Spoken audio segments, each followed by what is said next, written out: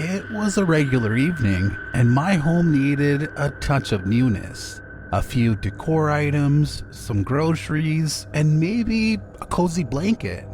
With a list in hand, I headed to the nearby Tarot store, a typical retail outlet, with its neatly stacked shelves and bright fluorescent lights. As I strolled through the aisles, my eyes caught a glimpse of an old woman, her face etched with wrinkles, dressed in faded clothes that looked like they belonged to another era. She was hunched over, her hair tangled and gray, and her eyes seemed to pierce through the dimly lit store. Her wrinkled hands trembled as she reached for random items on the shelves, muttering to herself in a language I couldn't quite understand. I couldn't shake the feeling that she was watching me, but I brushed it off as paranoia. After that, it's not uncommon to encounter odd characters in the aisles of a big store. I finished my shopping and headed home. Fast forward to that night, and I'm ready to hit the hay. I do my usual routine, brush my teeth, change into my PJs, you know the drill. I crawl into bed, and after a while, I drift off into dreamland. That's when things take a turn for the worse. Somewhere in the wee hours of the morning, I'm jolted awake by this loud, raspy breathing. I'm lying there, half asleep, thinking maybe it's just the wind or something. But then it hits me. The sound is coming from downstairs. I muster up the courage to get out of bed, and as I tiptoe down the aisles, I see a faint light coming from the kitchen. My heart's pounding, and I'm thinking maybe I left a window open and some wild animal got in or something. But when I get to the bottom of the stairs and peek into the kitchen, I nearly scream. There she is, the same old lady from the Target store, sitting at my dining table, munching on raw meat I bought just hours ago. But my jaw practically hits the floor. I mean, what the actual heck? Her eyes, hollow and fixated on the meat, looked up at me. A grotesque grin stretched across her face. It wasn't just the meat she was enjoying. She was wearing the clothes I had just purchased too, as if she had raided my shopping bags. As our eyes locked, she spoke in a raspy whisper. "How much is it? How much? Tell me.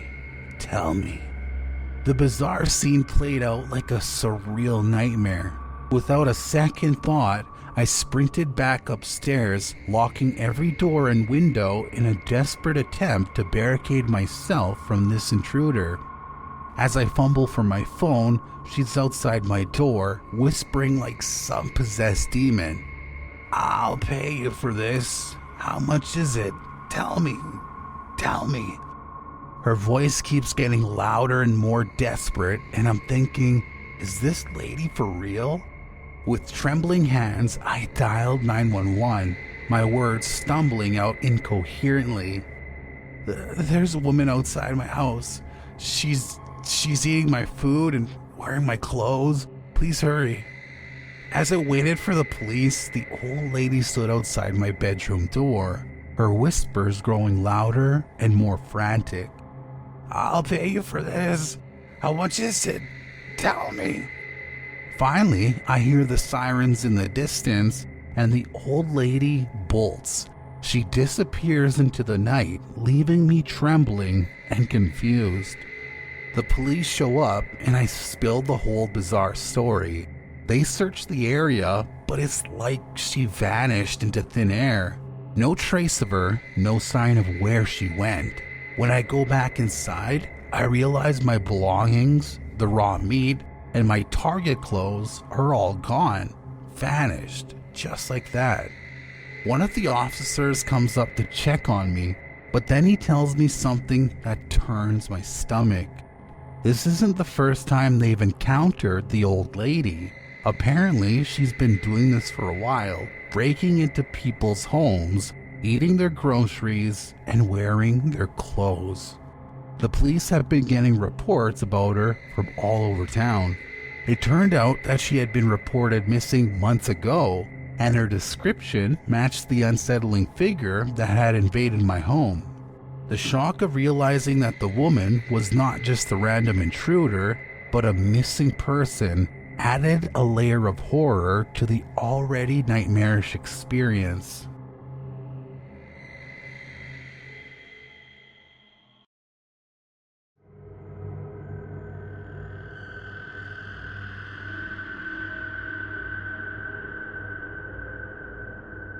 As a recent high school graduate searching for my first job, I couldn't believe my luck when I heard that a brand new Target store was opening in my small town.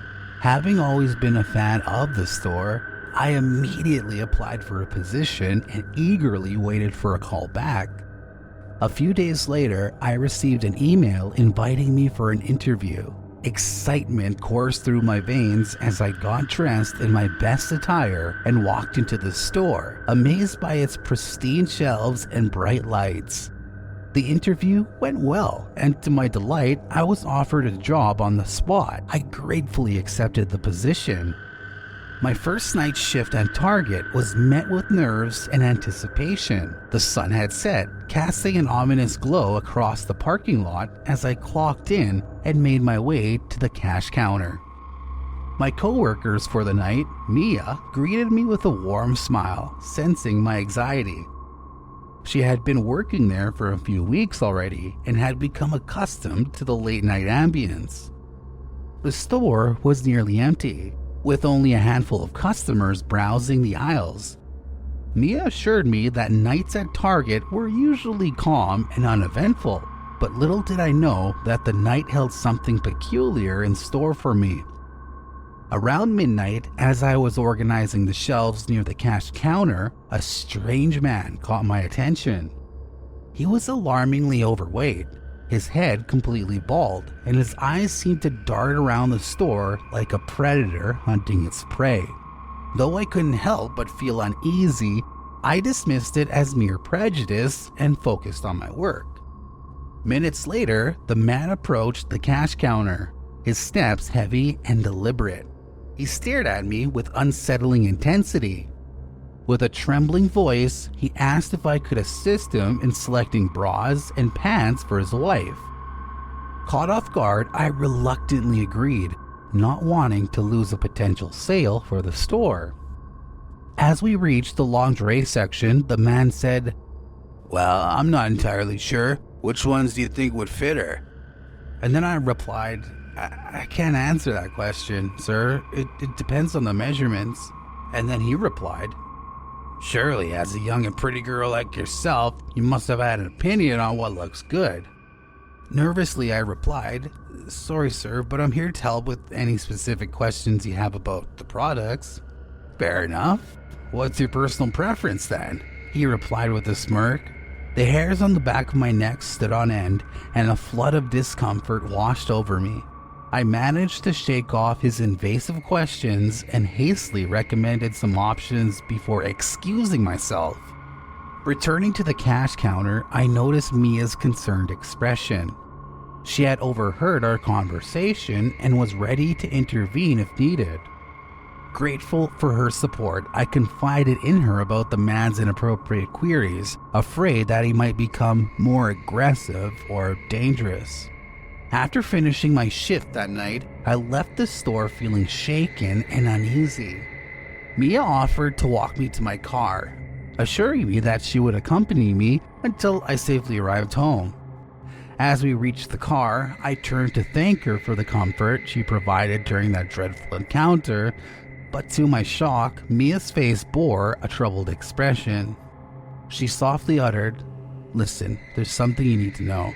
That man, he's been coming here every night for the past week, asking the same bizarre questions to different female employees. Management is well aware of the situation, but they're still trying to catch him in the act. Please be careful." My heart raced with dread, realizing the extent of the man's deranged behavior. I never saw him again during my tenure at Target, but I couldn't shake the fear that lingered in the back of my mind.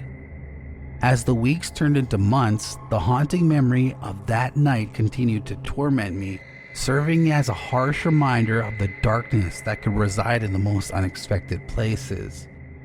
Target had always been a haven for shoppers, a place of commerce and community. However, behind the vibrant shelves and friendly faces, a sinister reality had revealed itself, leaving an indelible mark on my perception of safety. The world can be a truly terrifying place, one where ordinary surroundings hide the most unsettling secrets. And so, the tale of a night shift at Target reached a chilling conclusion, reminding me that even in the most normal of circumstances, evil can lurk in the shadows, waiting to prey upon the unsuspecting.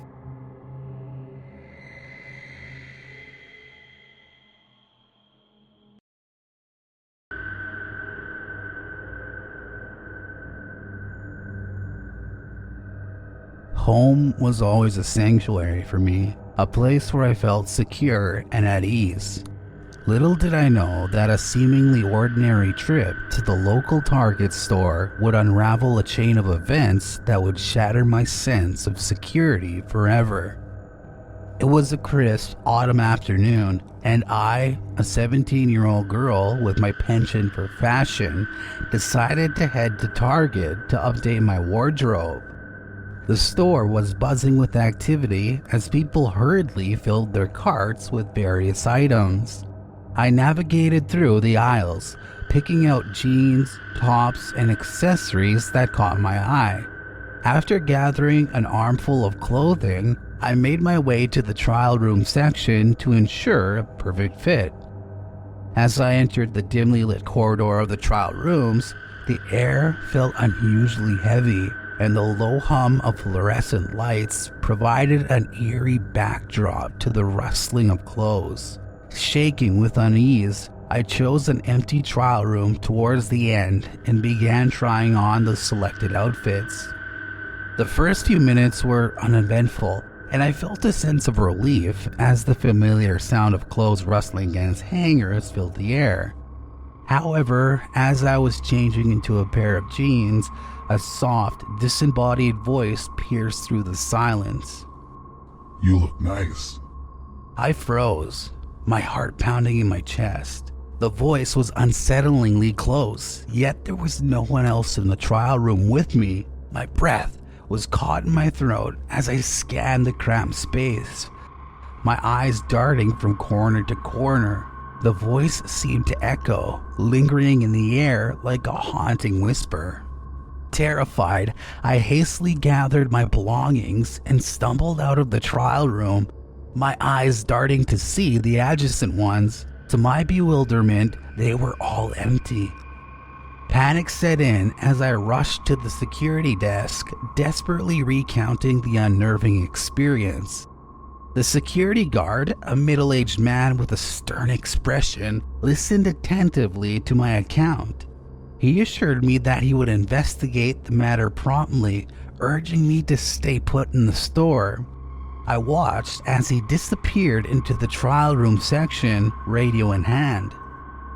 Minutes turned into an agonizing eternity, but the security guard returned with a perplexed expression, claiming that there was no sign of anyone suspicious. He suggested it might have been a prank or my imagination playing tricks on me. Unsatisfied with the explanation, I insisted on checking the security footage. As we reviewed the footage, my heart sank.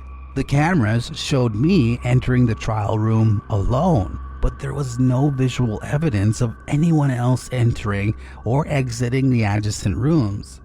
It was as if the voice had materialized out of thin air. Frustration and fear gnawed at me as the security guard attempted to reassure me.